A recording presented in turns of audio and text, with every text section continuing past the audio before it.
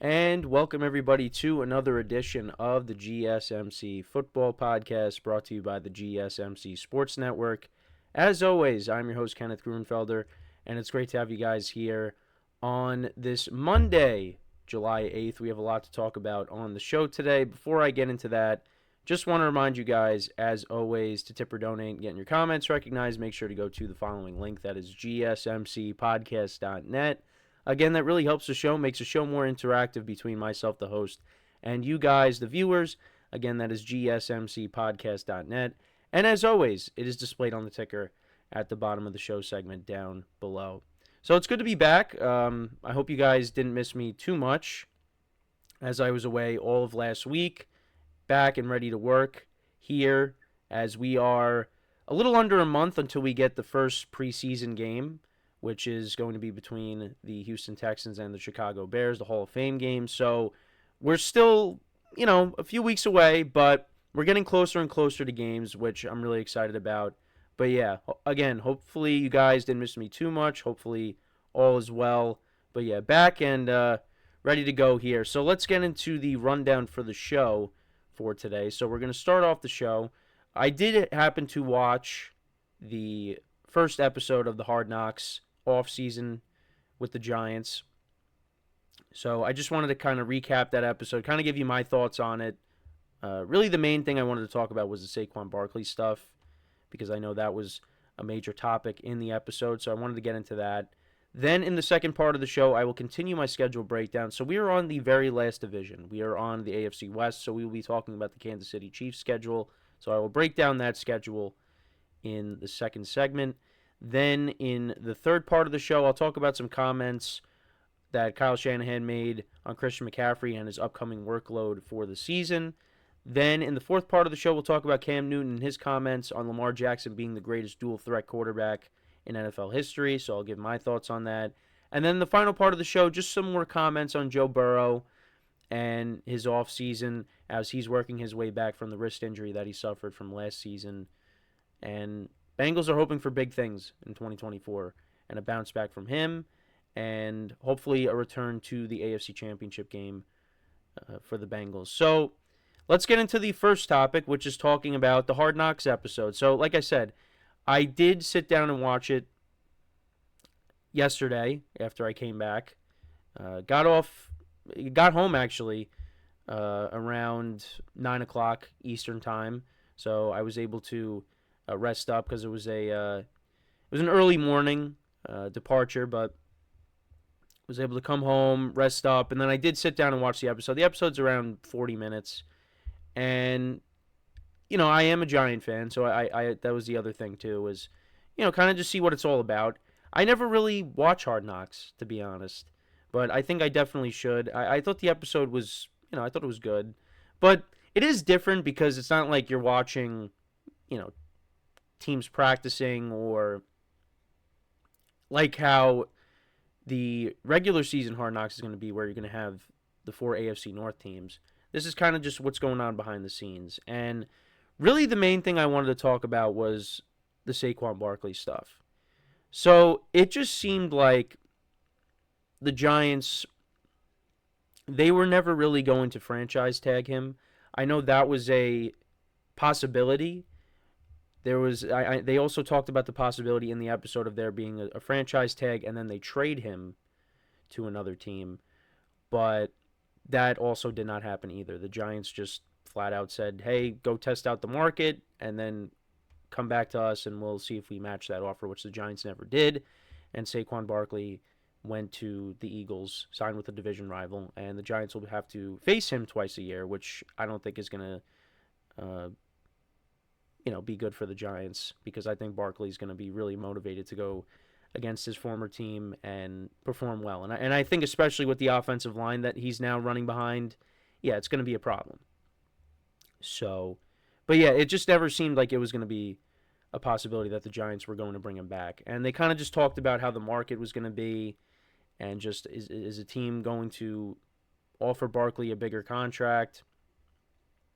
And, Joe Shane was talking about if a team has money, they'll give him what he wants. And the Eagles were willing to do that. The Eagles, they might have overpaid, but they were a team that needed a running back. And, the Giants were talking about some alternative options. That was the other thing. Now, they did end up signing Devin Singletary, but they talked about Zach Moss, and DeAndre Swift actually was another possibility as well. And I would have liked to have seen maybe the Giants get him, but they opted to sign Devin Singletary, who had a nice season last year with Houston. So, I'm not expecting him to put up Saquon Barkley type numbers, but I think he'll be a decent option for the Giants next year. Well, this upcoming year. But yeah, it just never seemed like Saquon Barkley was going to come back. Because the other thing, too, is the Giants talked about, well, we have a lot of other needs on this team. And Joe Shane talked about the offensive line. The offensive line has been a disaster for the Giants for many years.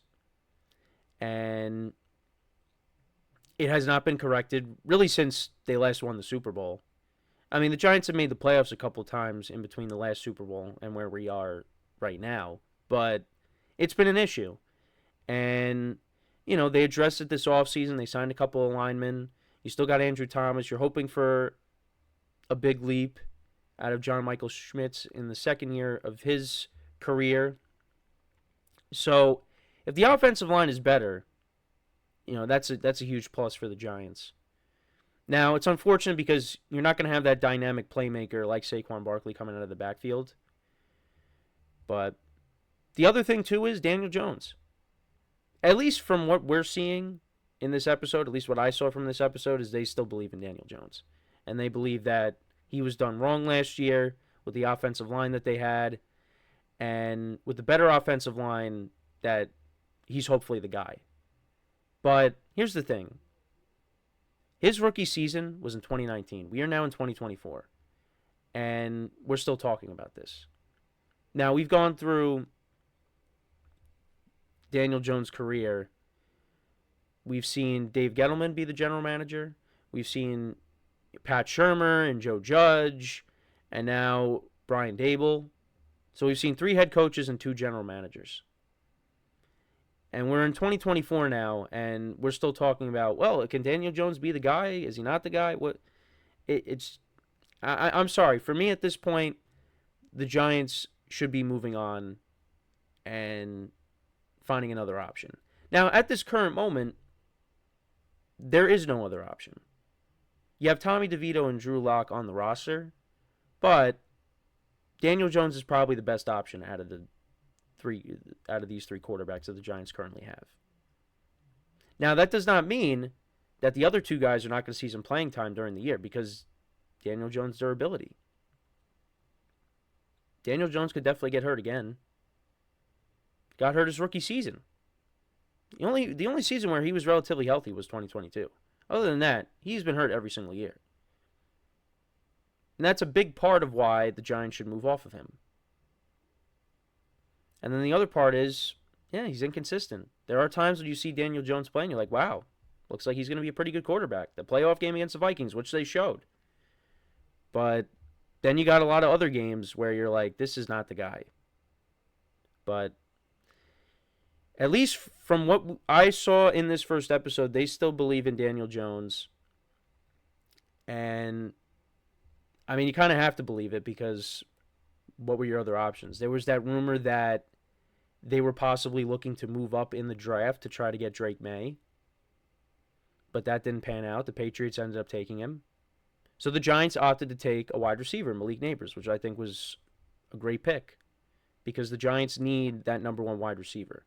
That's been lacking for a long time. And you want to surround Daniel Jones with some more talent when it comes to pass catchers. First is the offensive line, and next you got the pass catchers, which I think the Giants have a decent group of pass catchers. I think Wan'Dale Robinson is a good player for them. Jalen Hyatt, we got to wait and see. But I think with better quarterback play, maybe he'll be more productive. You got Malik Nabers. Now Darren Waller is gone. So some of these tight ends are going to have to step up. But I like at least right now what the Giants have in that wide receiver room. And I also did mention Darius Slayton and Isaiah Hodgins as well.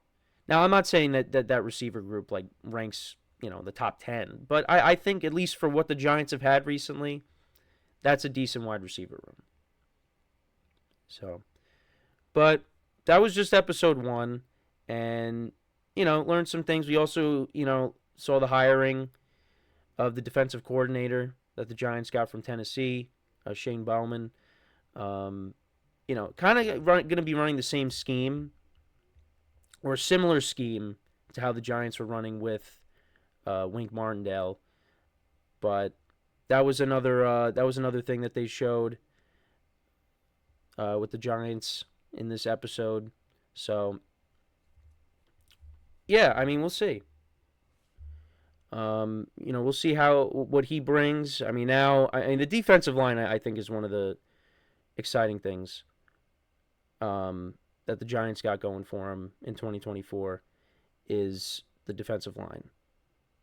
And getting Brian Burns, adding him to the line with Dexter Lawrence and Kayvon Thibodeau, that could be a very good pass rush. And hopefully that's something that brings the Giants, at least some success, is the defense. I mean, maybe the defense could be a defense that forces turnovers and, puts the Giants' offense in good position to score more points. I mean, they need something. Because right now, I don't think the Giants are going to be a very good team. I don't. But they surprised us in 2022. Maybe they surprised us in 2024. But we'll see. They got to be competitive because if they're not, then, Dable, Joe Shane, those guys are probably going to be gone. And John Mara actually also made an appearance in this episode. And this was talking about when they were talking about Saquon. And I think John Mara wanted Saquon back, but, it wasn't going to happen. Because they talked about Saquon's age and the injury history and the needs that they have to address that are more important in their eyes than bringing back Saquon, which I agree with. It was never going to happen.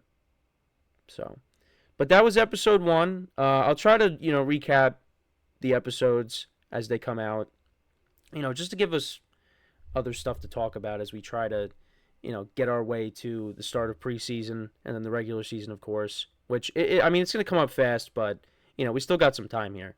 So, but let me know what you guys think. If you did sit down and watch episode 1 of Hard Knocks, what did you think of it?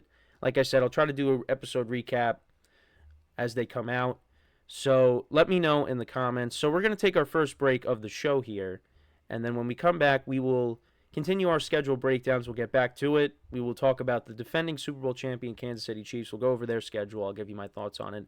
My early win-loss predictions for them when we come back from our first break of the show. So with that being said, stick around, and we'll be right back here on the GSMC Football Podcast.